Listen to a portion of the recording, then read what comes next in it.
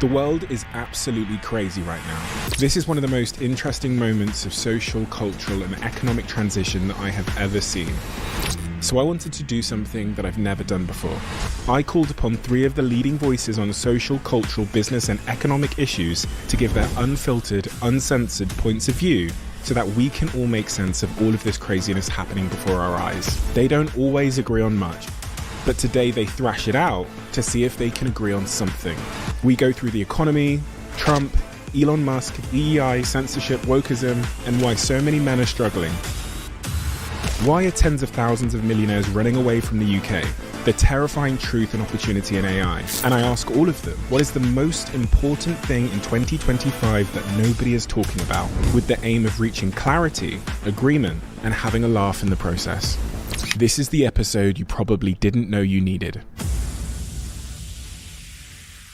This has always blown my mind a little bit. 53% of you that listen to this show regularly haven't yet subscribed to this show. So could I ask you for a favor before we start? If you like the show and you like what we do here and you want to support us, the free, simple way that you can do just that is by hitting the subscribe button. And my commitment to you is if you do that, then I'll do everything in my power, me and my team, to make sure that this show is better for you every single week. We'll listen to your feedback, we'll find the guests that you want me to speak to, and we'll continue to do what we do. Thank you so much. You guys are 3 of the best commentators, the most articulate people I know that also have the most interesting broad experience and also, I think, political background. So I wanted to talk to you about everything that's going on in the world. And I wanted to ask you guys some of the dumb questions that I ponder alone with myself and with my dumb friends in my WhatsApp group. It feels to me that the world is at a real moment of transition in many regards. So like social transition, cultural transition, economic transition. And I think the US has been a catalyst for all of that. So that's why I wanted to have this conversation today. We've got an American here, Scott. I think Scott's the only American here. We've got Konstantin, we've got Daniel, who are 2 Brits, but spend a lot of time between America as well. And so I want to come to Scott first and ask Scott a question, which is a very big, broad question, which is from your perspective, Scott. You know, when I talk about this feeling of transition, that seems to be like almost inside my chest, that we're at a really historic moment. What is your analysis on this? What is the big picture here? What's happened over the last 3, 4, 5, 6, 7 months? And how is that going to impact all of us around the world? Well, if you think of the U.S. as setting the tone economically and maybe even culturally for the West, there's definitely a reversion away from, people feel that quote unquote wokeism, and I don't like to use that word, but I'll use it here, was this sort of overcorrection to systemic racism, and that it began to cause more damage than it was, or cause more problems than it was solving. And I think there's been a serious kind of lurch back, if you will, whether it's executive actions, declaring the border a state of emergency, you know, stuff around saying that gender is a thing, there's male and female. And most of these issues, the actually American public supports. I would say on a more cynical level, America used to be a platform for prosperity, the protection of civil rights, the projection of women's rights and power and democracy abroad. And I would argue that it feels like a pretty quick transition to almost like a, you know, I call it a kleptocracy, but America's become a platform for acquiring wealth and then leveraging that wealth as a means or a proxy of power. And the ultimate example of that was the launch of 2 meme coins, the Trump coin and the Melania coin, the day before the presidency, such that this conversation could have already or might happen this week. And I'll finish here. President Trump, it's Vlad. We're thinking about stabilizing our currency or trying to stem the outflows of our reserves. So we're thinking about pulsing in about 600 billion rubles into the Trump coin, which, based on my economist estimation, would take the value of it to a $20 or $30 billion market cap, making you one of the wealthiest men in the world, Mr. Trump. And none of this would be disclosable or transparent. Also, in unrelated news, we'd really appreciate you seizing arms shipments to Ukraine. So I think we've gone kind of full kleptocracy is the way I would describe it. Are you optimistic, Scott? Oh, I'm a glass half empty kind of guy. I don't know if I'm just getting older, but no, I don't. I don't see a man convicted of sexual abuse or found liable who inspired an insurrection retaking the White House as a point of light for the American experience. Konstantin, Yes. I suspect you'd have a slightly different view on all of the above. How are you feeling about everything that happened yesterday? Did you watch the inauguration? What is your big picture, 30,000 feet view? I think it's incredibly unwise to make bold predictions about what's going to happen over the next 6 to 7 months. I do think what America had at the election and what the election of Donald Trump represents is something that we in the UK don't have, which is choice. They had a very clear choice between two very different perspectives on the world, between two very different approaches, between two very different candidates. And ultimately, criticisms of President Trump are necessary and legitimate. Of course they are. But at the end of the day, I believe, having spent quite a lot of time in America around election time and also just generally and traveling around real America, not just in DC and LA and New York, the reason that he was elected was that the American people are not prepared to accept what Europeans have decided they're prepared to accept, which is managed decline. The American people do not want their country to become weaker. They do not want it to become poorer. They do not want to impoverish their fellow citizens through net zero. What they want is their country to be great, their country to be powerful, their country to be influential. The economic realities for most Americans are not really reflected in the figures that we are told. So when people talk about inflation, the reality of people's lives on the ground is that their cost of living has gone up very, very significantly over the last few years. And that's not always reflected directly in the overall inflation figure that we're shown, because certain things are much more influential in people's lives than others.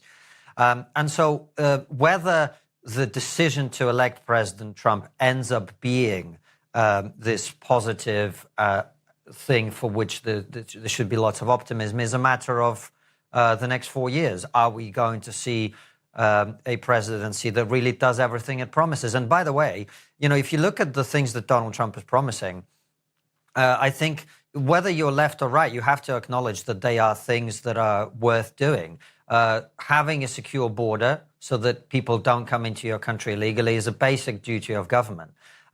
Economic prosperity is a basic duty of government. Withdrawing America from a kind of simultaneously aggressive but weak posture around the world, where America sort of says, yeah, we're going to get involved in these foreign conflicts, but we're not actually going to then practically help Ukraine win that war, is a kind of stupid position on both, whichever side you're on. So on all of these things, and of course, Scott mentioned wokeness. I think he's absolutely right that there is a massive backlash happening around the world, because lots and lots of people who were completely apolitical until the last 3 or 4 years, or maybe until 2016, just feel like the world has gone crazy, and suddenly they're supposed to pretend that men can change sex and become women, and now they're entitled to be in female prisons. And, if your teenager says that they are the opposite sex, you're supposed to chop their breasts off, and all of this other stuff that ordinary people just look at and go, this is crazy. Like, I am liberal, but this isn't liberal. This is some kind of weird thing that's going on. And I see the backlash against all of that all over the Western world. And I think Donald Trump signifies that people are fed up of that. And I have been warning for a very long time that if the woke left continues to exercise this level of influence on our public debate, the reaction will be the rise of the right. And Donald Trump is one of the most diplomatic and pleasant versions of what you're likely to get if the left keeps going crazy. We will see what challenges the world throws at him over the next 4 years, and whether he's capable of responding to them. Scott, has the left lost its way, in your view? And if so, how did that happen? And just to respond on some of Konstantin's points about Trump being the best of a sort of right-wing collective, are we going to see right-wing sort of ideology spread throughout the Western world over the coming years? What's your take on all of the above? You definitely, we Democrats, we get it right, and then we just go too damn far. And so I look at, I'm a professor on a campus. DEI, 60 years ago, there were 12 Black people at Princeton, Yale, and Harvard combined. That was a problem. Race-based affirmative action makes sense. This year, more than half of Harvard's freshman class identifies as non-white. But 70% of those non-whites come from dual income homes in the upper quintile of income earning homes. The academic gap between Black and white used to be double what it was between rich and poor. It's now flipped. So DEI was a good idea that, quite frankly, has gone insane and now just represents the same racism it was trying to do away with. So, and then we created two candidates who were the only candidates who could make each other viable. Vice President Harris, given the hand she dealt with, did the best she did. I think President Biden should be buried in a crypt entitled narcissist, who decided that it made sense for him to go back on his pledge to be a transition candidate and gave us a British-style election timing on the Democratic side without in a marketplace where you need time and money. So it was not. We did not have a great candidate. There is an understandable swing back from what is an overcorrection around some of these issues. Parents, we gave them a huge issue with transgender rights. There's more Padel players in California than transgender people, and yet the Democrats decided to conflate it with the civil rights movement and think that it was okay for a woman who transitioned, a transgender woman, to enter a bicycle race and finish 5 minutes before everybody else, and then we all bark up the same tree and decide that it's inspiring. And parents all over the nation are saying, we've literally gone crazy. Where I would disagree a little bit with Konstantin is that America choosing economic growth and prosperity. There are 190 sovereign nations in the world. 189 would change places with America over the last 4 years. We hit 71 new record highs in the markets, 97% of all AI. We've created more market capitalization in a 7-mile radius of Essevo International Airport than Europe's created in the last 20 years. We have the lowest inflation in the G7. We have the highest growth. We've grown 10% since 2020. That's triple the rate of Europe. Biden was unable to communicate any of that effectively because there's this psychological dynamic that when your wages go up, you credit your own grit and character. And when the price of cereal goes up, you blame the president. Now, similar to the future, or how William Gibson described the future, it's here, it's just not evenly distributed. Prosperity is unprecedented in the US over the last 4 years. It just wasn't evenly distributed. Now, having said that, in America, you can stop working in August and you've produced more and made more money than you have in Europe the whole year. And it has gotten better. It says things are less bad than anywhere in the world in the US. Biden was unable to communicate it. And then talking about how great the economy is when rents were skyrocketing, tuition was going up, it was an ineffective strategy. But I don't think it's fair to say Americans chose prosperity. We have prosperity. I would argue that, quite frankly, some of the Republican ideals around deficit spending, which are nothing but taxes on future generations pulled forward. I mean, we'll see how that works. But his signature policies, a clampdown on immigration, tariffs, these things are wildly inflationary. So Konstantin's right. It's going to be difficult. You don't know what's going to happen.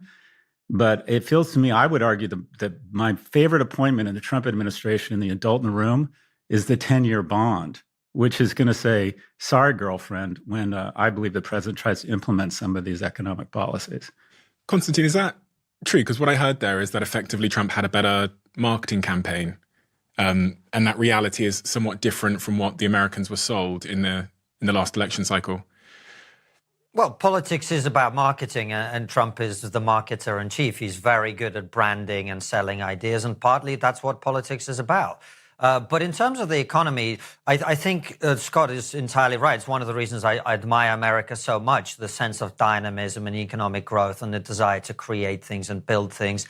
It's an observation I've had every time I've been there. You know, if you have a successful restaurant in the UK, you go, well, I've got a successful restaurant. In America, if you have a successful restaurant, you open a second one and a third one and you create a chain, right? So their attitude to business more broadly is fantastic and I love it.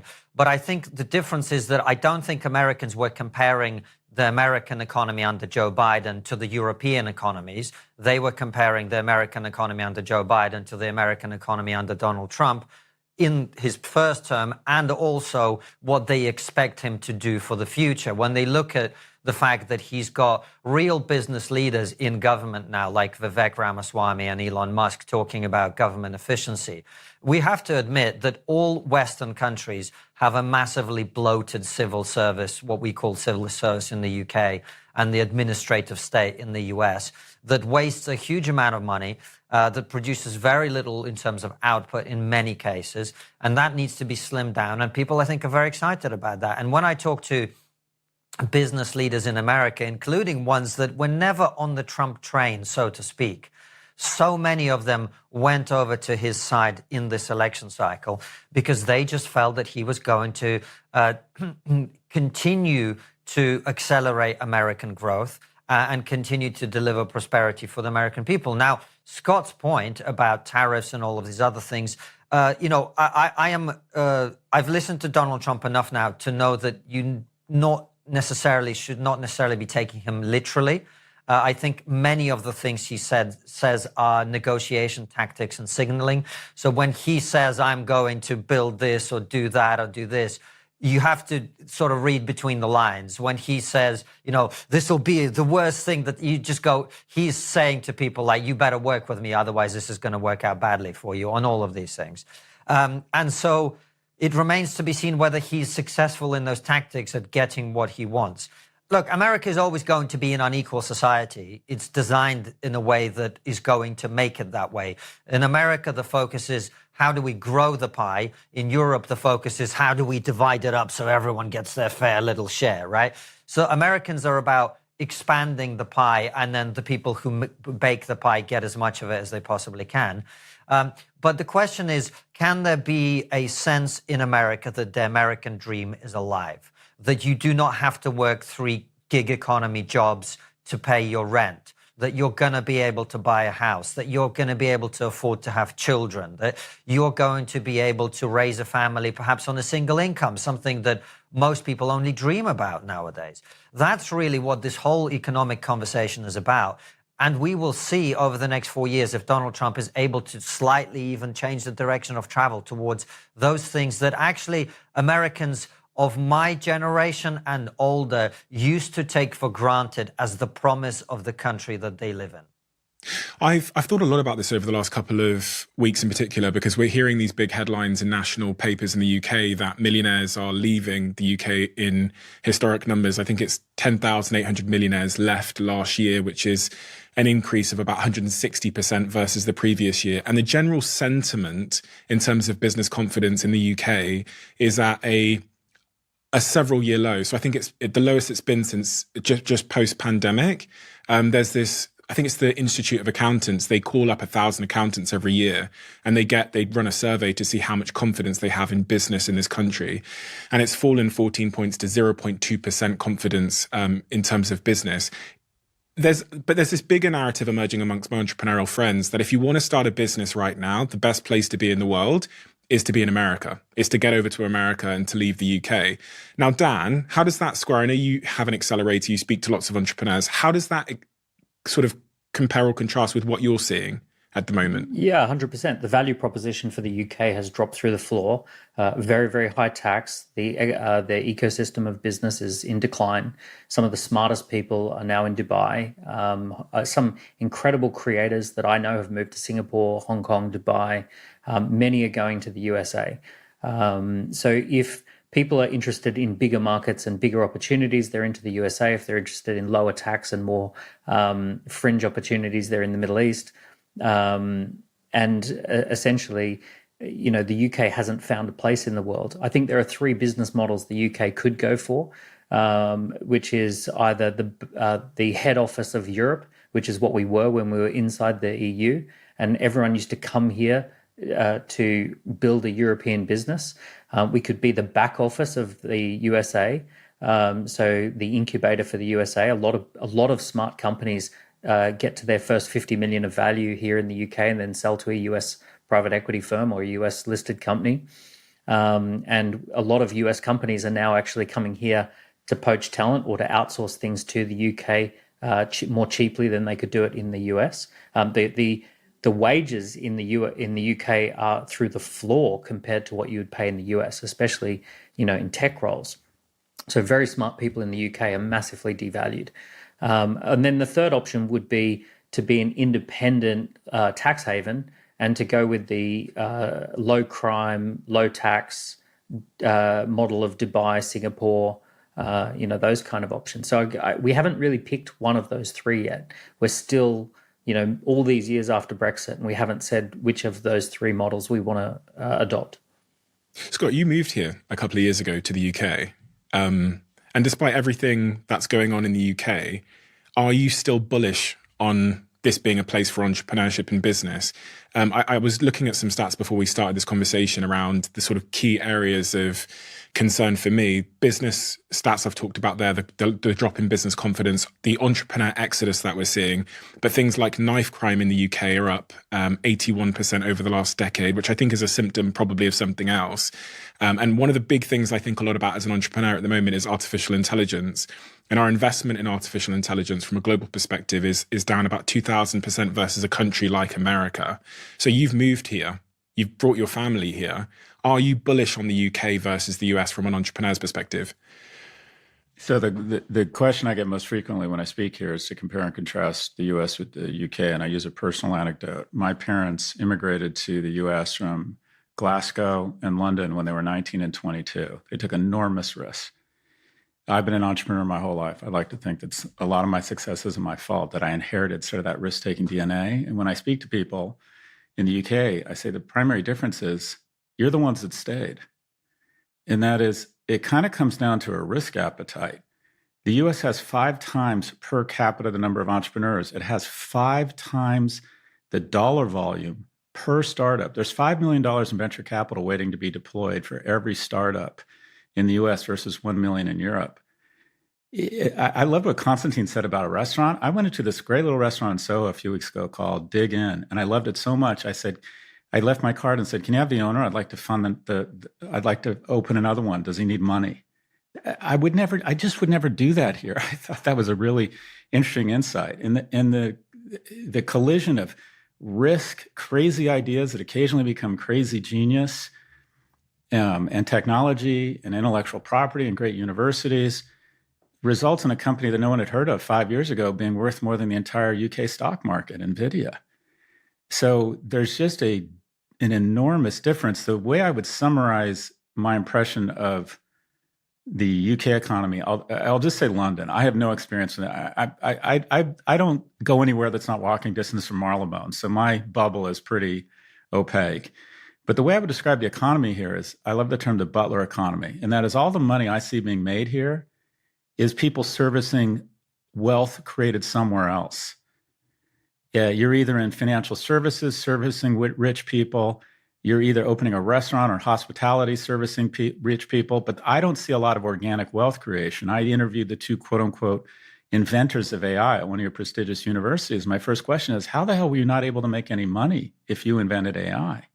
Why haven't you been able to capture any money? But just for your listeners, my summation of Europe versus the US after molesting the earth for the last 35 years is US is still the best place to make money and Europe is still the best place to spend it. Is this a failing nation, Scott? I think you have too much going for you to be described as a failing nation. You still have amazing universities. London's still the second best city in the world. Premier League, it's an unbelievable export. I know how ridiculous that sounds. People want to be here. There's still rule of law, rule of play.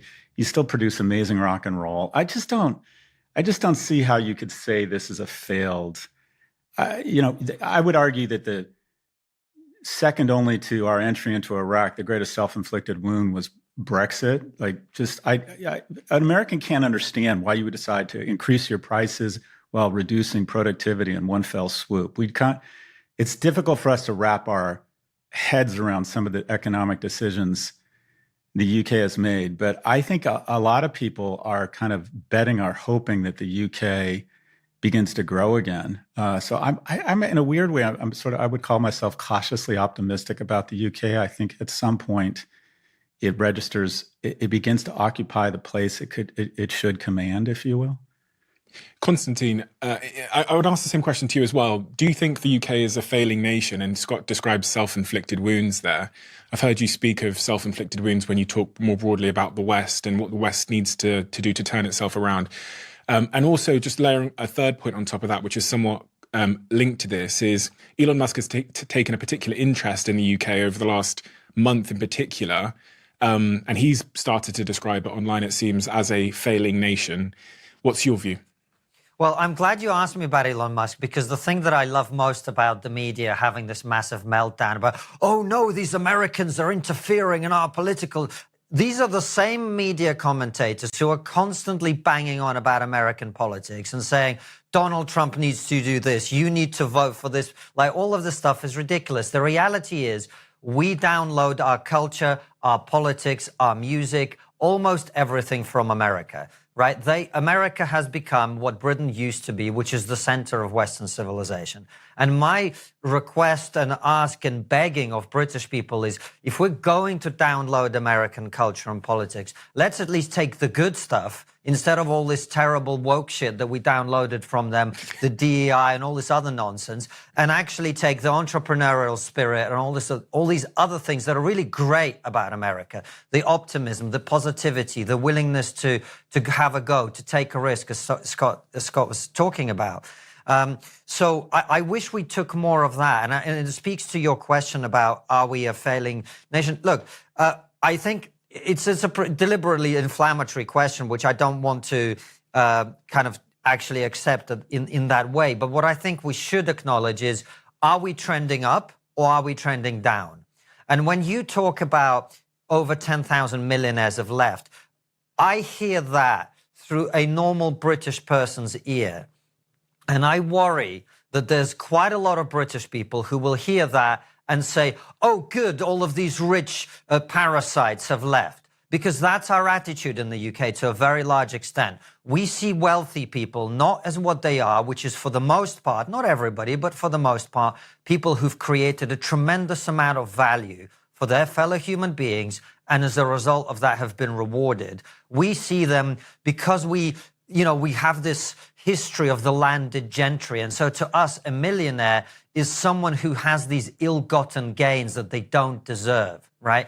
That is not really the world we live in. When I talk to wealthy people in this country and pretty much everywhere else, for the most part, especially in the Western world, these are people who've created something that has fundamentally helped other human beings do something better, do something easier, buy products cheaper, whatever it is. That's who the successful people really are.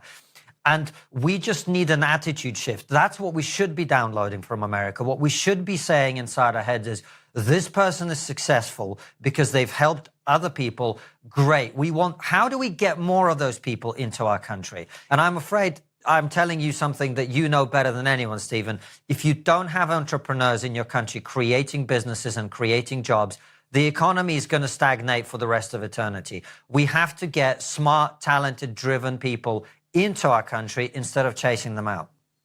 Dan, I know this is a subject that you're very passionate about, and Konstantin's articulated it really, really well. I've seen lots of your posts about this subject, Dan. What are you saying? And is it true that the British attitude is a form of self-harm that's holding us back from our potential? There are definitely attitudinal factors, but you'll also get the most incredibly entrepreneurial people here in London. London is a melting pot for creativity. You've got, sitting in one city, you've got people who are phenomenal at media, finance, technology, entertainment, politics, defense, like all of this. Like, if you take the best of LA and Washington and New York and Miami and kind of start moving it into one city, you get elements of that in London. It's a very diverse city from that point of view, and it creates an entrepreneurial melting pot. The issue is taxes. Nobody wants to pay 60% of their income in taxes. And as soon as you hit, in the US, you don't hit the top tax rate until you are 6 times the average wage. Here in the UK, it's 2.5 times. So as soon as you're 2.5 times the average wage, you're in real trouble. There are so many people in the UK who deliberately hold their income at £50,000 because after £50,000, you get taxed 40% of your income. So people just give up and they say, I'm not going. I know some really smart, really talented people who could be earning a lot more, and they refuse to pay the 40% rate. So they keep everything small because they don't want to go from 20 to 40% at the 50 grand rate, which is crazy. And I've employed people who have said, can I have a day off a week rather than going over that threshold? That's a huge issue, the tax issue. The company rate tax is high. The corporate capital gains rate is taxed very high. The VAT is high. The council tax is high. All of these additional taxes just keep piling up. And then the other cost at the moment, if we want to have an AI economy, we need cheap electricity. One thing that Trump has committed to is really, really cheap energy. There is no such thing as a fast growth, high octane economy that has expensive energy. Cheap energy equals fast growth. And we have the most expensive energy in the world. We can't run data centers here because the energy cost is going to be too high. So if we want to have an AI-driven economy, we can't do it with windmills and solar panels that have got frost all over them. Scott, you look like a lot of thoughts are going through your head following those two comments. What are you thinking? Well, with respect to energy, Trump issued an executive order calling it an energy crisis. Gasoline in the U.S. on an inflation-adjusted basis is less expensive than it was 50 years ago. We are now the largest oil producer in the world. I would argue that we have a housing crisis, and that the executive order should have been around that. Just going back to the U.S., and I'm curious at the same dynamics, and whether Konstantin and Daniel agree with this. I believe the election in the U.S. was supposed to be a referendum on women's rights. Women's rights did not show up. This was a referendum on young men, in my view. And that is, if you look at the two cohorts that swung most from blue to red versus 2020, two of the three cohorts, other than Latinos, was people under the age of 30 who in the U.S. are 24% less wealthy than they were 40 years ago, people over the age of 70 or 72% wealthier. Our tax code is basically an attempt to shove money from the young to the old. And two, 45 to 64-year-old women, who I would affectionately describe as their mother. And that is, when your son's in the basement vaping and playing video games, and I think a lot about struggling young men, you don't give a flying fuck about territorial sovereignty in the Ukraine, or transgender rights. All you know is your kid isn't doing well. And 210 times a day, your kid's getting a notification that somebody he knows is on a Gulf Stream or partying in St. Bart's, and it's not him or her. And so we not only have young people not doing as well, this pornographic wealth is just shoved in their face. And you end up with, in my opinion, kind of a young, struggling young man. No group has fallen further faster in the world, I would argue, than young men in America. They are, if you go into a morgue in the United States and there's 5 people who've died by suicide, 4 of them are men. 1 in 3 men under the age of 30 has a girlfriend. 2 in 3 women under the age of 30 has a boyfriend. Why? You think that's mathematically impossible? Because women are dating older because they want more economically and emotionally viable men.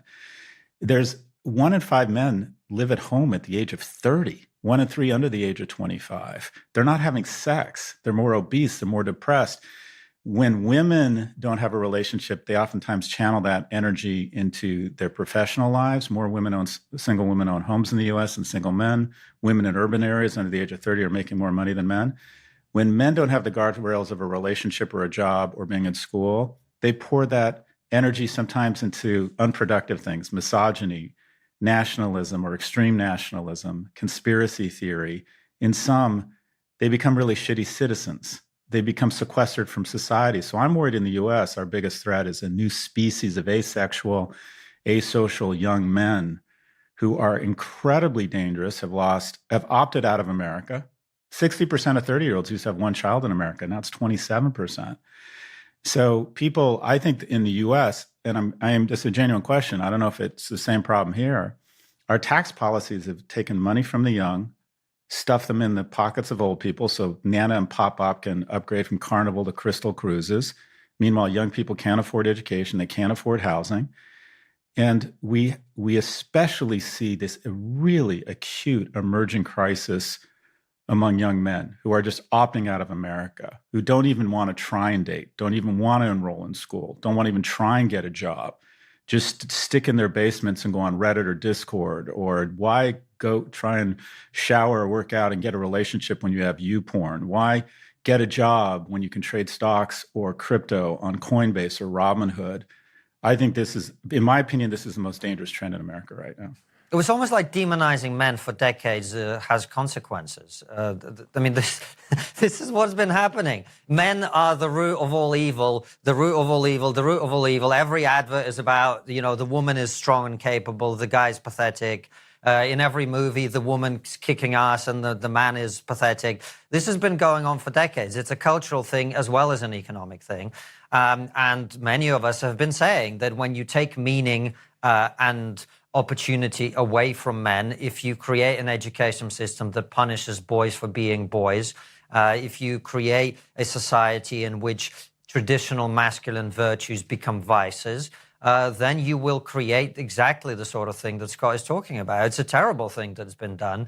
Having said that, my message is always the same to young men who I hope are listening, which is the answer to your problems is never going to be, as Scott says, porn and this and that. The answer to your problems is going to take responsibility, go out and get a job or create a business and actually make your life better. No one's coming to save you. No one's coming to help you. There is no, the sort of programs that we have for women where we sort of go, well, let's give them an opportunity here. None of that's happening for men. It's not going to happen because for evolutionary reasons, we just don't feel sorry for men the way that we do for women. That's a reality. I know it sucks.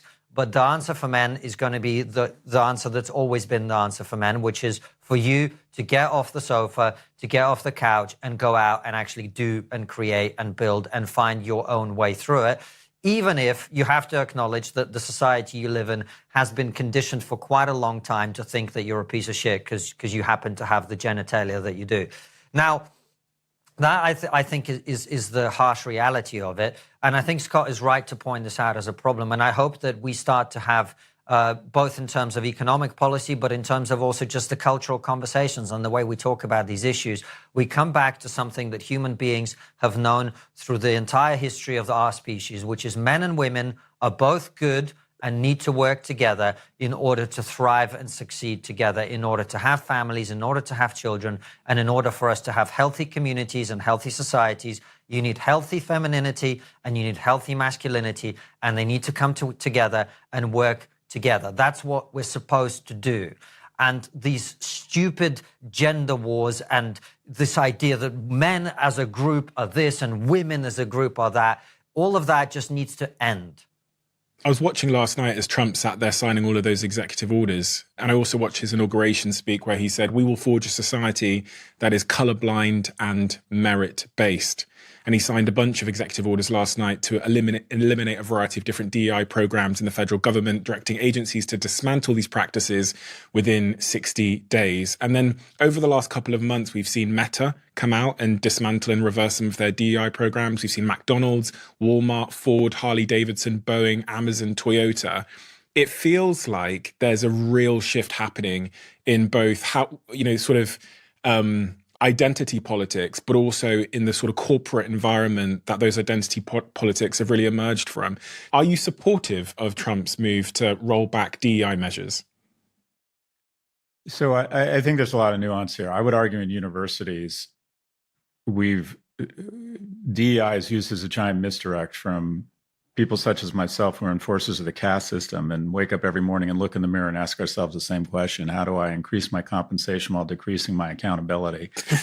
And what I've found is the ultimate strategy is to create an LVMH rejectionist bullshit elitist strategy where Dartmouth sits on a endowment of $8 billion and lets in 500 kids. So the conversation around who gets in is a misdirect from the important question, that is how many. If you are not growing your endowment or your freshman class faster than population, you should lose your tax-free status. We should be letting in more gay kids, more trans kids, more white Republicans from rural states. You know who doesn't talk about DEI? Junior colleges, because there's no admissions. They don't have a problem with DEI. So I think DEI on campus has ended up eating its own tail, started out with the right idea. Now it's nothing. And I would argue the same is somewhat true of the Democratic Party. I went to the Democratic National Convention. On the dnc.org website, it lists 17 special interest groups, and it says explicitly who we serve: Asian Pacific Islanders, seniors, veterans, Black Americans, the disabled. It basically lists, I added this up, 76% of the population. And when you say you're actively advocating for 76% of the population, you're not advocating for 76% of the population. You're discriminating against the 24%. It's gone too far. I would argue in the workplace, having served on 7 public company boards, and I'm going to do a lot of boasting here because I'm desperate for all of your affirmation, and 12 private company boards, there's still work to be done in the private sector. There still is a cycle. 40% of all venture capitalists and probably 70 or 80% of all venture capital deployed are white guys from just 2 universities, Stanford and Harvard. So I would argue universities, it's gotten out of control. I'd love to see the DEI apparatus disassembled, along with the ethics department, the sustainability department, the leadership department. These are all bullshit where we hire formally important people with no standards. They never get fired. It just translates to more student debt. In the boardroom, in corporations and certain sectors, I do think there is a need to be thoughtful about broadening the aperture of the lens and bringing in people who are underrepresented. There's still a dearth of women raising venture cap. So I think it's nuanced based on sector. But to just say all DEI is bad, I want to move to where the University of California did in 1997. They don't have race-based affirmative action. They have adversity-based affirmative action. I'm a beneficiary of affirmative action. I had something called Pell Grants. I was raised by a single immigrant mother who lived and died as secretary, so I got grants. I had unfair advantage because I came from a household that was low income. And I think that there should be affirmative action, and I think it should be based on color, but that color is green. The poor need our help. The moment you start advocating for special advantage based on any external factors, I think at this point in our society, it probably causes more problems than it solves.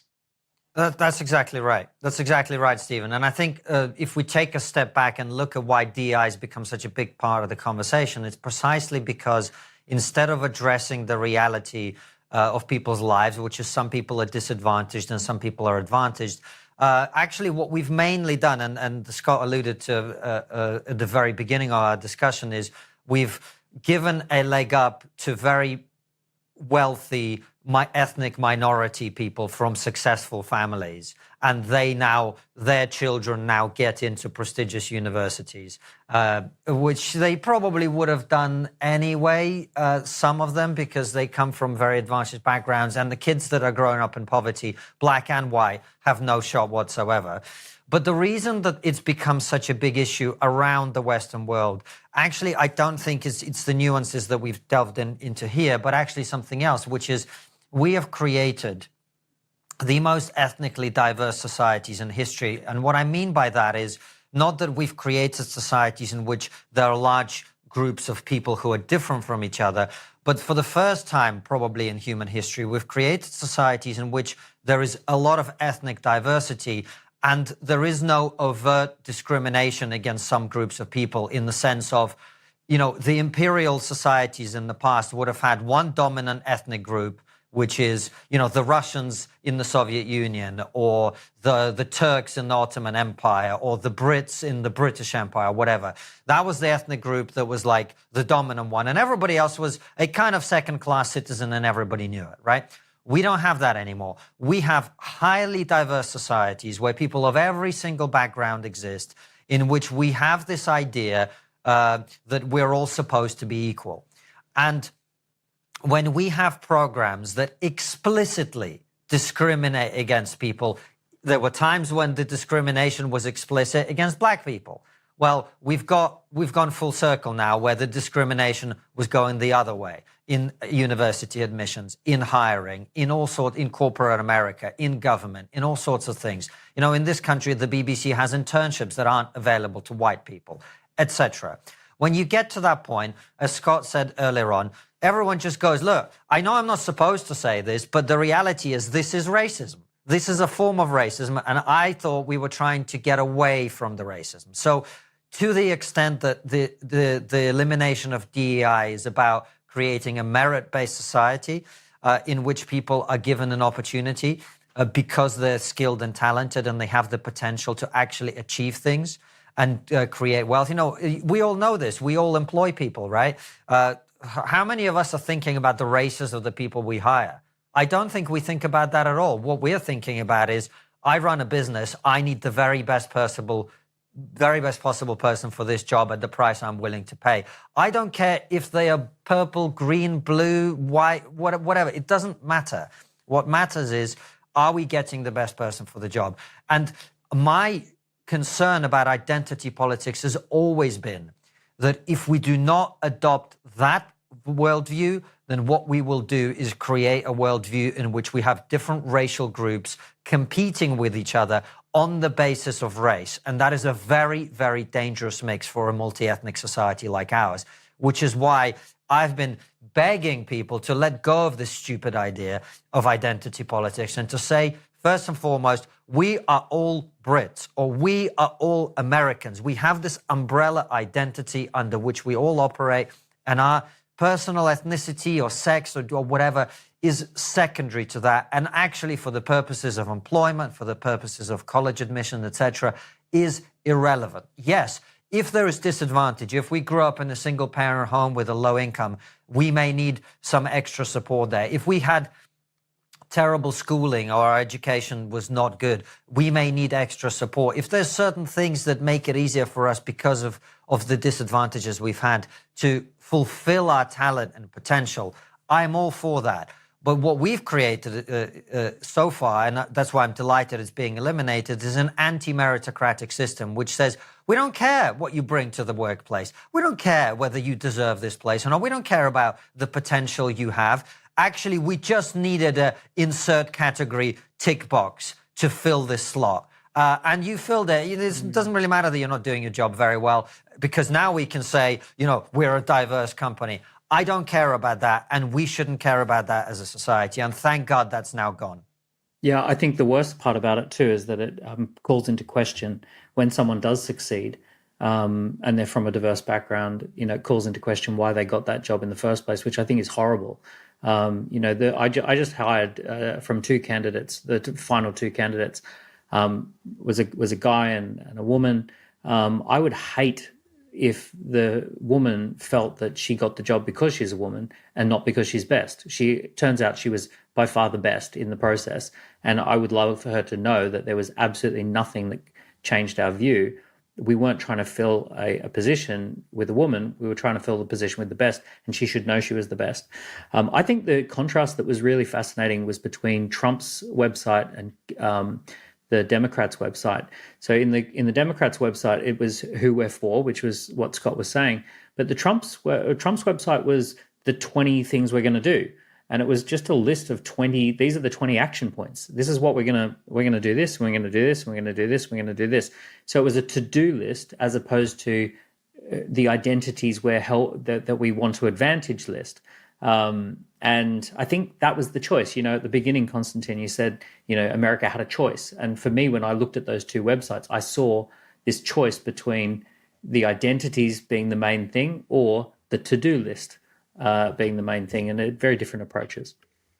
Scott, when I was listening to that Zuckerberg interview talking about masculinity and identity issues, one of the lines he said in there sounded like something you've said on my show before, where he said, I think having a culture that celebrates that aggression a little bit more, talking about masculinity, has its own merits that are really positive.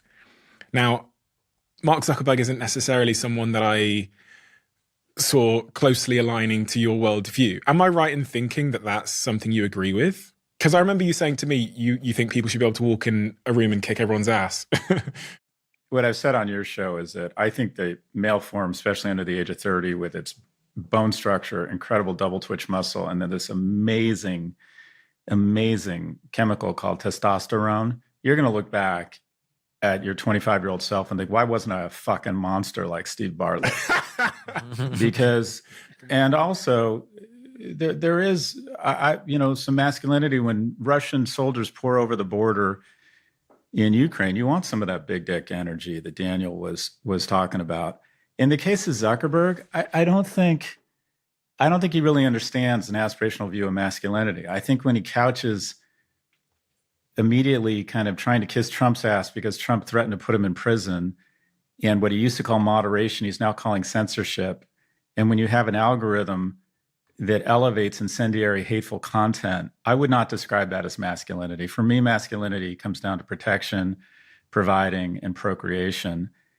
And I don't think I think to talk about gendering a workplace in the context of trying to excuse a total elimination of what I would think is probably healthy moderation. I imagine Daniel and Konstantin might have a different view. I think he's just couching his supplicant, obsequious, kiss-ass behavior under the auspices of masculinity. It just doesn't ring true for me. And I'm not sure we need to man up or fem up organizations and companies right now. When I talk about masculinity, if I say at a conference, oh, women are better managers, everyone goes, yes, that's right. That's right. Right? That's okay. If I say men are more risk aggressive and make better entrepreneurs, you're a misogynist, you're out. And the reality is men and women bring different attributes. But the masculinity and femininity, I think masculinity is a wonderful thing. I think we need a different image of it. I think people born as male have an easier time leaning into those things. Having said that, I work out at CrossFit with a bunch of lesbian firefighters. They bring great masculine energy, and they could carry my ass out of a fire. So a lot of men demonstrate wonderful feminine qualities. A lot of women demonstrate wonderful masculine qualities. I don't think these things are sequestered to anyone born as a specific gender. What I talk about masculinity, I don't talk about it in the role of corporations. I think that's just fraught with risk and not worth talking about. It should be about shareholder value or stakeholder value. I think young men need a code. We're going to church less. We have fewer relationships. So what's the code you hold onto in terms of creating behaviors that are productive for you, yourself, society? And I think masculinity needs to be redefined as something more aspirational, where you're celebrated for being really fucking strong. You're celebrated for not complaining. You're celebrated for creating surplus value. You create more tax revenue than you absorb. You're celebrated for being aggressive. You're celebrated for breaking up fights at bars, not starting them. You're celebrated for protecting your country, not shitposting it. You're celebrated for approaching strange women and expressing romantic interest. That's not a crime. And if she's not interested and you're rejected, you're both going to be fine. You're celebrated for getting out of the house. You're celebrated for working. You're celebrated for making money and liking money. I think there just needs to be a redefinition of masculinity in the context of helping young men find a code that they used to get from the armed services or from dual parent households. And I feel like they're struggling. So I like the idea of something that they feel in their bones and in their body and in their DNA that they can lean into, that we celebrate. And the conversation is flipped entirely. 5 years ago, I was called a misogynist for talking about masculinity. Now the conversation is being led and advocated by one group, and it's mothers who are like, my son is not doing well. I got 3 kids, 2 daughters in PR with the other ones at Penn, and my son is in the basement vaping and playing video games. He needs something to latch onto. He needs a code. Anyways, but I apologize. Word salad. Zuckerberg and masculinity, give me a fucking break. He looks like a Chechen Molly dealer. Sorry, back to you, Stephen. Well, it's interesting when you speak, Scott, because your views on masculinity appear to me to be better represented by the right side of politics than the left side of politics. They both have their own vision of masculinity, and yours seems to be a Republican view of masculinity. They flew, to Trump's credit, he saw the opportunity and he flew right into the manosphere. Rockets, crypto, Joe Rogan, Theo Vaughn. He said, no, I'm not going to run from this. I'm going to fly right into it. Now, I would argue that his vision of masculinity has too much coarseness, too much cruelty, too much bullying. I don't think that's masculinity.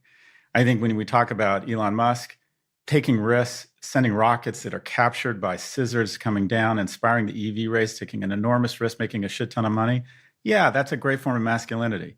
Accusing men trying to save Thai soccer players, calling them pedophiles, calling your employees a sex criminal such that they have to leave their house, having 13 kids by 5 women or 3 women, none of which you live with, sleeping next to a loaded gun, losing control of your self-control because of addiction.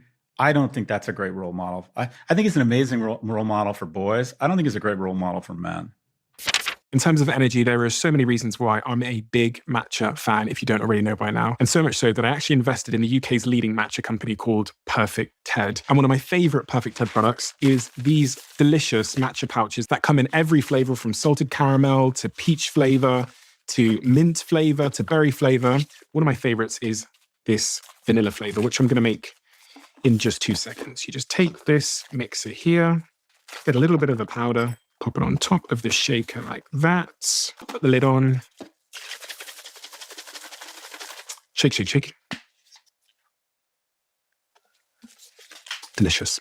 If you haven't tried this yet, you can find Perfect Ted at Tesco and Holland Barrett stores or online, where you can get 40% off with my code Diary40. Head to perfectted.com and put in code Diary40 to try this delicious multi-flavored matcha now. Highly recommend. And if you do it, please tag me, send me a message online. Do you know that 80% of New Year's resolutions fail by February? It's because we focus too much on the end goal, and we forget the small daily actions that actually move us forward. Those actions that are easy to do are also easy not to do in life. It's easy to save $1, so it's also easy not to. Making one small improvement each day, one tiny step in the right direction, has a big difference over time. And that is the 1% mindset, which is why we created the 1% Diary, a 90-day journal designed to help you stay consistent and focus on the small wins and make real progress over time. It also gives you access to the 1% community, a space where you can stay accountable, motivated, inspired, along with many others on the same journey. We launched the 1% Diary in November and it sold out. So now we're doing a second drop. Head to thediary.com to grab yours before it sells out again. I'll put the link below. Konstantin, Elon Musk, censorship. The word censorship was used there by Scott. We've seen this reversal in Meta's attitude, Facebook's attitude, that had been built up over a decade, where it almost felt like if you had sort of right-leaning views, or really any unaccepted views, and you posted those on Facebook, you would face maybe having the post deleted or your account suspended. This new world of speech, of free speech, and as it pertains to masculinity, do you think Elon Musk's decision to buy X, which I noticed, Scott, you'd left X, you no longer post or tweet on X anymore. Do you think Elon's decision to buy X is a net positive for society? Net, yes. But I think what people hear when you say that is there's no problems with this system than, compared to the ones we had before. There are definitely disadvantages to a free platform like X now. And one of them is, inevitably, when you remove censorship, one of the things the censorship was doing was keeping all the deeply unpleasant people away from being able to shove things in your face. And that happens quite a lot on X. So I don't enjoy that aspect of it. But I've always said that would be the price that we would pay for freedom. Freedom always has a price, and that's what we're seeing. As for Zuckerberg, his miraculous transformation into a free speech warrior is just wonderful, and I'm delighted to welcome him. I'm sure it's entirely genuine and not anything to do with the election results we've just seen in any way whatsoever, and the fact that the culture shifted.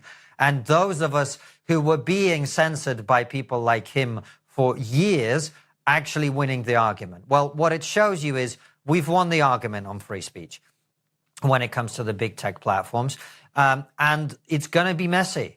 And I always said it was going to be messy because inevitably, when you create these large platforms that are algorithmically driven, where the truth and the moderate, reasonable take is not what usually gets attention, you're going to see a lot of unpleasantness.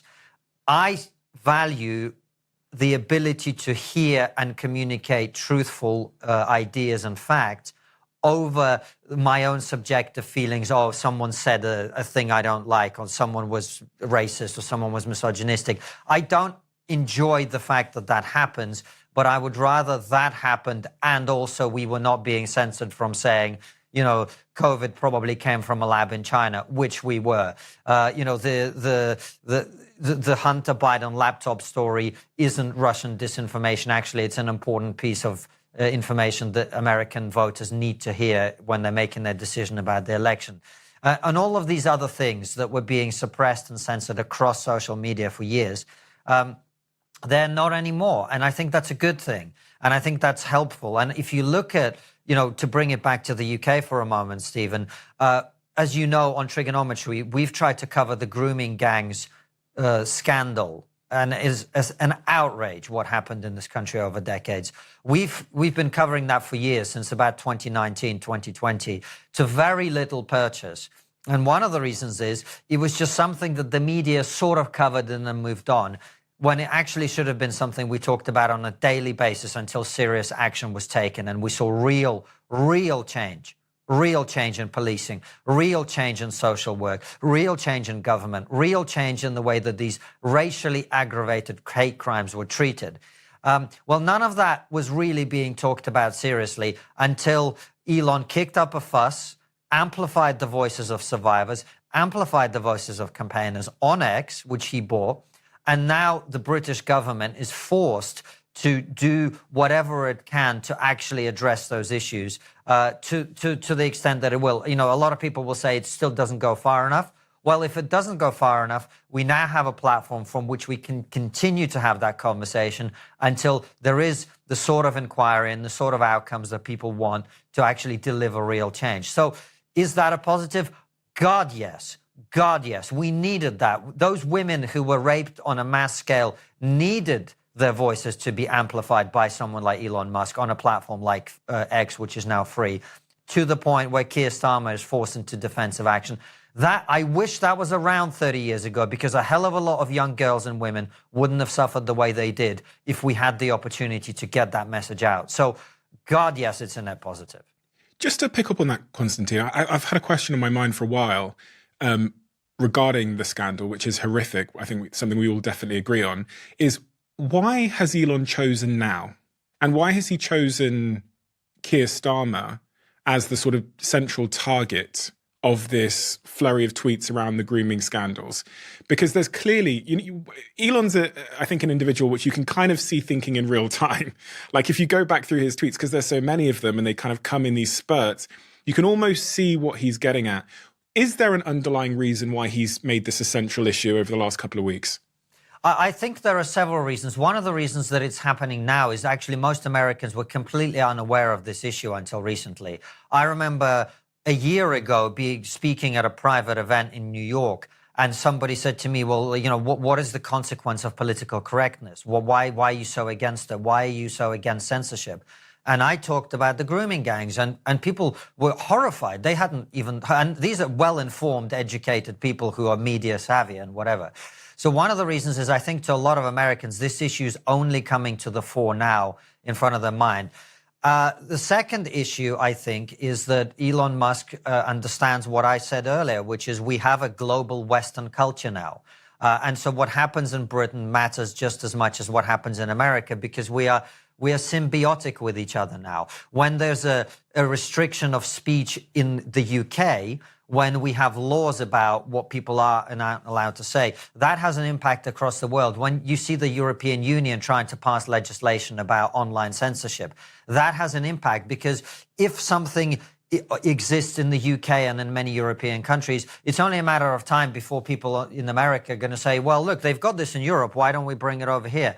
And vice versa. So what happens in America affects us in Europe and in the UK, and what happens in Europe and the UK affects America. So what Elon, I think, is trying to do is to say, we care about our civilization. Elon doesn't really talk that much about the United States. He talks about our civilization, as I do, because I believe that we are now one thing to a very significant extent. Now, from our civilizational point of view, is it a good thing that mass rape gangs in the UK are being insufficiently investigated and treated improperly by the police and the government? No, it's not. It's a very bad thing. So how do we address that? Well, we address that by putting pressure on the government of the day. Now, I don't see the grooming gangs as a party political issue. The Tories didn't really do anything about it properly either, although there were individual members of the cabinet that tried to do something like Suella Braverman. But he's putting pressure on the government of the day. You can see him going after Nigel Farage, of all people, and saying Nigel Farage is not the right leader for reform. So he's attempting to shape British politics in the direction that he feels is the right way. What does he want? What outcome does he want? Look, I don't know what Elon Musk wants. I don't know him personally. I haven't even yet had a chance to interview him, which I really look forward to doing, because I think he's one of the great visionaries of our time. Whether you like him or not, I think that's undeniably true. But my sense is he's trying to talk about all the things that we've been discussing: freedom of expression, the end of identity politics and the pursuit of meritocracy, a pioneering, inspiring vision of the future, which is why he's talking about Mars, and a vision for our civilization that goes beyond the narrow squabbling that we do here on Earth. And the understanding that human beings are meant, we left the cave. We're not supposed to stay in a place with the walls closing in on us and feel like we're in decline. We're not supposed to be a civilization that has 1.5 children per woman and that is simply just leaving the planet Earth because we can't reproduce. We're supposed to look at the future with hope and optimism. We're supposed to say, I want things to be better. I want things to be better for my children. I want to have children. I want the vision of our society being one of positivity and optimism and a sense of a pioneering vision and inspiration. That's what I think he wants. And I don't really see any of that in the current government in the UK. And I think he's right to go after them and say, you are destroying your country's economy. You're destroying its culture. You are destroying its sense of cohesiveness by allowing illegal immigration. You are destroying that sense of optimism and vision. And you're not saying to people, let's build something better. You're saying, let's stay small. Let's play small. Let's not rise above our station. And I think we need people like that, imperfect as they may be in all sorts of different ways, to drive our civilization forward, to say to us, there is an inspiring vision to which we're all moving, as opposed to just sitting there and waiting to die, which is what we've been doing for far too long. Yeah, I think Elon is take him at his word. You know, he said a year ago that he was going to absolutely dismantle the woke mind virus globally, and he was going to ensure meritocracy and free speech. And when he sets his mind on something, he has the ability to stay focused on it for a very long time, to a degree most people can't fathom. You know, and he's absolutely willing to endure pain. He loves a fight. He obviously has the kind of mind that can't relax unless he's kind of grinding up against some gear as well. Like the way he works, he needs stress in his life. He needs a big enemy. He needs a big fight to engage with. And I think Keir Starmer just ticked all of his boxes as someone to go up against. I think what's interesting is we talk about these big tech. I love that Scott has previously talked about breaking up big tech, and I think there's potential for that in the next 4 years. All of these guys like Trump and JD Vance and all of them have locked horns with big tech, and they've come, you know, this is their chance to get revenge on big tech in the next 4 years. They could do a little, you know, you might see Google have to, you know, spin off YouTube, or you might see AWS have to come away from Amazon or something like that. Who knows? But it's interesting that a lot of these big tech guys, they're probably cozying up to Trump because, you know, that could be on the cards as well. There's been a lot of Trump butt kissing over the last couple of weeks. I think Trump's almost bragged about the fact that everybody's flown down to Mar-a-Lago to kiss his butt and to cozy up with him. And there's now headlines saying that there's this tech oligarchy forming in the United States where Bezos and Elon and Zuck are all now friends, and they're stood behind Trump as this unifying force. Just to touch on a few points of that, but also on Konstantin's message that Elon is doing this for the betterment of humanity, to further humanity, his involvement with the UK, but his broader involvement in politics now. Scott, does that square with how you think about Elon? And I am quite curious to ask you why you made the decision to leave X and to go to Blue Sky and Threads and things like that.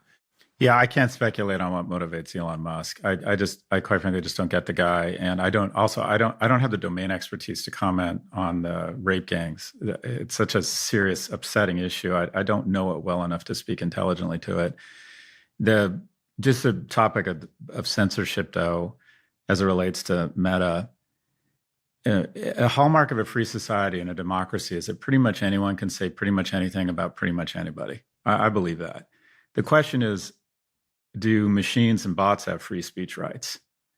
Because if I say something, I believe, and I may be paranoid, but it doesn't mean I'm wrong. I believe VCs whose portfolio companies I've said have overvalued have enlisted thousands of bots to basically just shitpost me over and over on X to diminish my credibility. I think because I've been critical of Putin, that the GRU has hired troll farms to create lists of thousands of people to weaponize bots to say disparaging things about them. Do those bots have free speech rights? In addition, when Fox News distributes information to its anchors saying Dominion voting machines were weaponized by Hugo Chavez in Venezuela, despite the fact they knew that was not true, but they tell their broadcasters to do it anyways. And then Dominion says, this hurt our business, and you knew it was false, and you decided to communicate it anyways. Their courts find them liable, and they have to pay $750 million. What happened at Fox News was a dumpster fire compared to the nuclear mushroom cloud on Meta. So a lot of what we're talking about here, if you want to say that mRNA vaccines alter your DNA, I think you should have the right to say that. The dissenter's voice is important because occasionally the conspiracy theorist ends up being correct. The question is, when you have a business model that elevates the most incendiary, ugly content beyond its organic reach, should you then be exonerated from all liability and slander that traditional media companies are liable to? If we were to say that Elon Musk is a pedophile and start stating facts and evidence of it, and he could show that it's hurt his ability to raise money for Tesla, and he filed legal action against this podcast, I think we would be in a world of hurt, and it would that legal liability is warranted. But the most powerful media companies in the world have Section 230 protection, so they have a business model where conspiracy theory or novel content, which is Latin for bullshit and lies, and the more angry it is, it gets elevated beyond its organic reach. So while I'm kind of down with the notion that we should have free speech and anybody should be able to say pretty much whatever they want, there's something wrong when we have algorithms that have a profit incentive around rage, conspiracy theory, and lies. And 2/3 of Republicans believe that the election was stolen. And when one in 5 Americans think that 9/11 was an inside job. I mean, we are. Let's be honest, they thought that before the internet. I remember watching all the 9/11 truther movies and all of that. But your point overall is right. I totally agree. And by the way, Elon agrees with you. When he bought X, he talked about the bot problem. He talked about the amplification of outrage. He hasn't done as much as I hoped he would have done so far, but I hope that they do address that, because that isn't an Elon or an X problem. It's a technology problem of the modern world. The reality is that the more we live our lives online, the more you're going to have the problem of the ability of foreign governments, of individual people to create fake accounts, right, bot farms, etc., to influence the way we look at all of these things.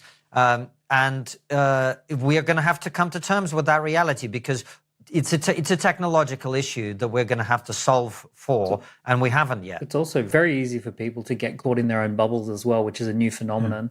There was a time where if you believed crazy things, you still had to sit next to someone else in church and 100%. talk to them about their life and what they believe. And you encountered dissenting voices. You encountered sane, rational people who had very different views to you that you had to be friends with long term. Whereas where we are right now is if you've got some sort of a crazy view, you can find yourself only talking to people who share those views, and only sharing content that reinforces those views until such time that you become extremely radicalized. I think that's such an important point, because I think it's a real shame that AI LLMs aren't crawling the real world. I was at Granger's yesterday. Someone comes up to me, love your content. Let's take a picture. They're so nice. Another person comes up to me and says, I disagree with your view on this, but we have a civil conversation. And then I come home to 40 bots telling me I'm Professor Genocide. I mean, people in the real world, generally speaking, I don't know if it's because of the threat of physical violence or they want to have sex with you, or maybe they think some point you'll hire their kid, or generally just a comity of man. But people in real life, I find, are just lovely and wonderful. And it's a shame that these LLMs aren't crawling this, because the trafe and some of the vile shit they're crawling online, which I don't even think reflects our species. I think it reflects technology that has a profit motive around promoting the most incendiary, hateful content. So there's got to be some sort of medium speed here. And also, I got off X, Steve, because You don't like Chick-fil-A? Don't eat a Chick-fil-A. If Musk wants to pay $44 billion and turn it into a Nazi porn bar, that's his right. I don't think it's illegal. I don't think the government should step in, but I don't have to paint his fence. And I can go to another platform. That's my right too. And everyone says, oh, you're against free speech. I'm like, no, I'm not. I'm against being on a platform that makes me feel bad. So he has the right. And all this notion around Meta, free speech, it's a little different because they control so much of the media. But these are media companies, and they should be liable for slander or defamation, the same way traditional media companies are involved. I think we could solve a lot of this problem by just removing 230 protections for algorithmically elevated content. If you decide to elevate content beyond its organic reach, then you are making an editorial decision, and you should be liable if that, in fact, is slanderous or defamatory. I think that's really fascinating as a way of handling it. And also, we're living in a world where, as of this year, some of the most phenomenal content you will read will be algorithmically generated, and some of the most compelling content. So this idea that Scott's talking about of should bots have free speech, it sounds like a kind of, intellectual kind of pseudo-intellectual topic, but it's absolutely a very practical topic in the sense that bots now can generate conversations very easily, and some of the you could spend all day talking to a bot and not know. It's funny this subject has come up because in the last week I've had a flurry of messages on WhatsApp from friends. Actually, I had 2 tweets yesterday, which you could probably see if you just search my name, because on X at the moment there's multiple ads running that are fake articles with fake BBC headlines with my face in. So it says things like the Bank of England is suing Steve Bartlett. And this is running as a sponsored ad on X. And people are tweeting me these things. My friend says every time he refreshes the feed, he sees a new sponsored ad of a fake article of me. And sometimes it's like, can't believe this happened to Steve. And it's a BBC article. You click on it, you get scammed. I think it's a crypto scam. I don't want to click. I'll send the link to you guys so you can click on it for me. But it really has, because that is a bot. There's multiple of them, multiple accounts that have been spun up. They're all verified accounts. And it's AI-generated imagery with a paid ad behind it. Mm-hmm. That's the bit that really gets me. I get people can post shit, but sponsoring it is a new level of like defamation. One of the big macro things I've been thinking a lot about that I haven't shared yet is just the amount of social networks that have emerged. In the last 10 years, there's been a 50% increase so far in new social networks that have emerged. And we're seeing this splintering now of the Rumbles, the Blue Skies, the Threads. And it almost seems, talking about echo chambers, that social networks are becoming sort of political environments. And you're choosing your social network now based on your politics. This doesn't seem like a net positive thing for society. Nope. No, I think we're living through an era of the fragmentation of our reality. And it comes, Scott's point about people behaving better in person is true. Although I would say there is the windscreen effect or the windshield effect, which is if someone cuts you up in traffic and you feel that there's some kind of physical separation between the two of you, most people behave slightly differently in that context than they would if they were sitting next to somebody face to face in a bar. So there's something about being physically present with other people that changes it, which is one of the reasons, I know you have pretty much all your interviews face to face, and we do as well, because generally speaking, it's very difficult to connect authentically with people. Obviously, we've managed to do it in the course of this conversation, but beyond that, it's difficult. And so we're going to have to work on that. But the point I'm trying to make is this isn't a political issue. It's not an X issue. It's not an Elon Musk issue.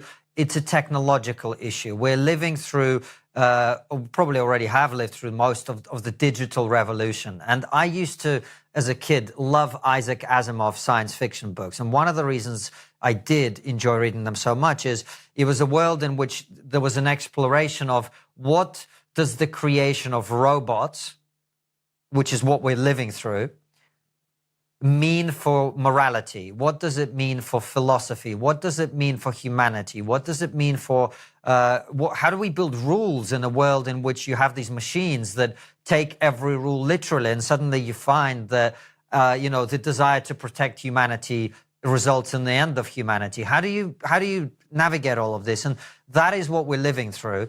We are also living through a period when our realities are being fragmented. And so we believe a very small set of things that other people like us somewhere in a very different part of the world, as Daniel was saying earlier, also believe. And we now live in this, we don't live in England or in Scotland or in America. We live almost like in a world of people who think like us in the West.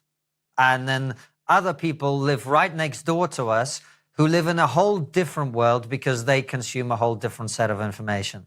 That is the reality. We can complain about it.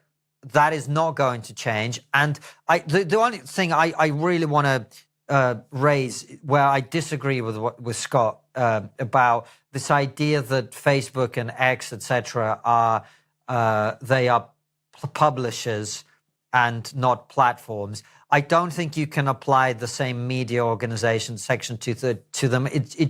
I don't think it's appropriate. They are platforms in which people publish information. The artificial amplification is a fair point.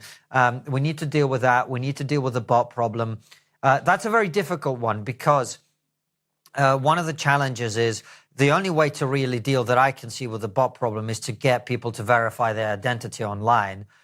That obviously has a lot of questions around that because once you start forcing people to give their identity over to some anonymous blob online, who's collecting that data? What are they doing with it?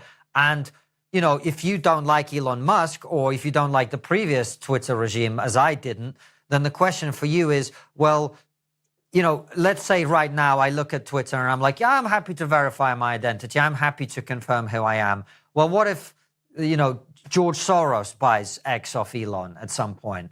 Are you still happy that that information is being held? Are you still happy that the anonymous account you've now made confirmed? You know, what happens to the anonymous activists speaking about the Ayatollah's regime in Iran? What happens to them when they've had to verify their identity and the wrong person buys that platform or someone hacks it, etc.? So it's a conversation that's not. If there were easier solutions on these issues, they would have been solved by now. This is a very difficult thing for humanity to navigate, and we're going to have to find a way to do it, and incrementally so.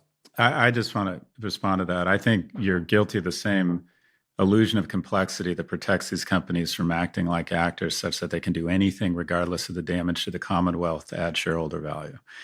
If you implemented, first off, this notion that you don't want to give up your identity, trust me, they know everything about you, Konstantin, already. And I could go get a ton of information on you from the dark web fairly easily with a credit card. So the notion that somehow we shouldn't have some sort of, we need age verification for social media. There's no reason anyone under the age of 16 should be on a social media platform. And regarding the civil rights activist or the women's rights activist that needs an anonymity, you could create a number of accounts and use blockchain or some sort of third-party anonymous to have a certain number of accounts that says, look, if you want an anonymous parody account, you want to make fun of people, fine. If you want an account talking about issues that you feel are sensitive from other markets, fine. We could absolutely figure that out and then figure out, okay, this account is doing nothing. It has no base, it has no soul, it has no values. It has 72 followers. All it's doing is trying to start fights online. All it's doing is trying to make people feel shitty about Britain or shitty about America. And the reality is these companies use that illusion of complexity such that they can have more bots creating more fake clicks, more Nissan ads, and more shareholder value. I think there's a middle ground here. I think we could figure this out. I agree. Well, that's what I'm saying. I think some of the ideas that you're putting forward, right or wrong, I don't know, but these are the conversations we should be having. How do we make sure? I mean, my son is 2.5 years old, and if my wife has become a complete screen Nazi, so he's probably not going to get a phone until he's about 40. But I think your point about people shouldn't be on social media. Just wait. People shouldn't be on social media until they're 16. Absolutely correct. What that's doing to the minds of, well, or everybody, but particularly young people who are really susceptible to it. You're completely right. The verification dimension is difficult, as I say. We're going to have to hash this all out as humanity. We're just going to have to work this all out. How do we live in this new world that we now live in? It's going to take some time, and I hope it's not as bad as the last time the information space was revolutionized, which was the printing press. That caused about 2 centuries of religious war. Hopefully we can avoid that. And part of the way to do that is to create environments which are uncensored, where people can express different ideas. We can have these battles and eventually come to some sort of mutual understanding. I hope that happens. What I wanted to ask you all to really close out this conversation was, these conversations tend to be a bit of a reflection of what's in the news cycle, and what's in the news cycle tends to be a reflection of what people are clicking. And a lot of that's driven by fear and the sort of narrative of the time, whether it's immigration or the Trump inauguration. But what is the big important idea that we're not talking about? What's the most important thing that we should be talking about that isn't getting enough attention right now as it relates to the future of the West? And that's a big, broad question. I'll start with you, Daniel. For me, it's the schooling system. I think the schooling system is not preparing people for a world that exists, and that we're teaching, we haven't grasped the fact that AI is going to be the biggest, most disruptive technology in the lives of our children, and that the jobs that we think they might be able to go into probably won't exist. We need to have a radical look at this idea that children should go to school with the same age groups, or study a certain set of topics, or that it should be topic-based at all. We need to explore, are there better models for the schooling system that prepare people for the world that we're going to be in? Our current schooling system goes back to the early 1800s. It was essentially based on a military schooling system in Prussia, and that's kind of where it evolved from. I think what we need to do is think about what are the skills that our kids are going to need. I see too, and I don't feel like I can wrap my arms around UK's issues, but in terms of the US, political extremism, I would put it number 2, at -40 Celsius and Fahrenheit meet. And because of our electoral system and Citizens United, people from the far left who are crazy and people from the far right who are crazy are just overrepresented. And they come together to meet on reckless spending, deficit spending. They come together to agree on anti-Semitism. And there's just too many people on the far left and the far right. And the people in the middle, it's minority rule. They're just not represented. However, I think the biggest threat that people aren't talking about, and I've actually spent some time talking with the administration around this, or the former administration, I should say, is loneliness. And that is, you have the deepest pocketed, most well-resourced companies and people in the world trying to convince people, especially young men, that they can have a reasonable facsimile of life on a screen with an algorithm. And I think they literally go crazy. I think they wake up and they're obese and lonely and have no skills. We talked about this. I think young people, I say this jokingly, but half seriously, I think young people need to get out of the house more, drink more, make a series of bad decisions that might pay off. I think we need more sex. I think we need more people in third spaces. I mean, no more church, more religious, more institutions, national service. We're mammals, and I worry that 1 in 7 men doesn't have a single friend. 1 in 4 men can't name a best friend. So this loneliness epidemic, where people get into a bubble and start engaging into conspiracy theory, not trusting each other, blaming women, blaming the nation, self-harm. I worry about. What I say to young men, I coach a lot of young men, romantic comedies are 2 hours, not 15 minutes for a reason. This shit is hard and it's worth it. But I worry that we're raising, like I said, this new species of asocial, asexual being called the young American male that is obese, anxious, and just a shitty citizen. Konstantin, the most important thing in 2025 that's not getting enough attention? In the UK and in most of Europe, it's an issue that Daniel raised earlier, which is in the UK, our energy prices are 4 times what they are in the United States. That is an ideological decision. It's done because we're saving the planet. That's what we're being told. The reality is our contribution to global carbon emissions is we're responsible for 2% of global carbon emissions in the world. Making British pensioners freeze to death every winter because they can't afford fuel bills is not the solution to climate change. And if you amplify that further, driving businesses out of business, making our economy uncompetitive, making Britain unable to generate wealth for itself and for its future is not the moral position. Net zero which is the impoverishment of our society for ideological reasons, has been positioned as the moral cause, where we're saving the planet, we're ending climate change. We're not doing any of that. All we're doing is virtue signaling and making our fellow citizens suffer. So what we should be talking about is how do we make energy cheap again so that we can have a prosperous economy. And guess what? When people are prosperous, that's when they actually start being responsible about pollution, about throwing away things they don't need. And also, when you have money, that's when you can invest money in scientific research, which allows you to find cleaner, better forms of energy. That's what we should be doing. We should be making sure that we generate as much wealth for our fellow citizens as possible, because a lot of people are struggling.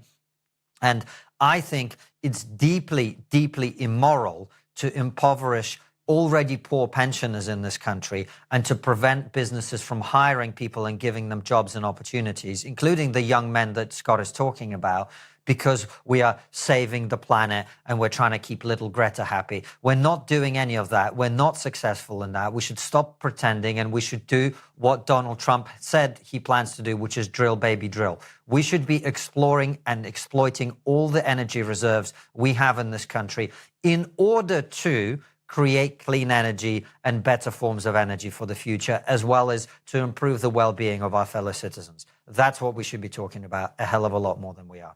You need cheap energy. You're right. It's what I would argue. I think it's going to be liquid natural gas and nuclear. We haven't talked about AI. AI requires 10 times the energy a AI query is a Google query. The choke point is energy. I would argue in the U.S., I think we benefit more from, as opposed to drill, baby, drill, build, baby, build. I think young people have seen housing prices just go crazy. There's a psychological benefit to household formation, forced savings. So I'm going to take you at your word, because you're a very smart guy, that Britain has implemented a series of policies that energy stat you rolled out was incredible.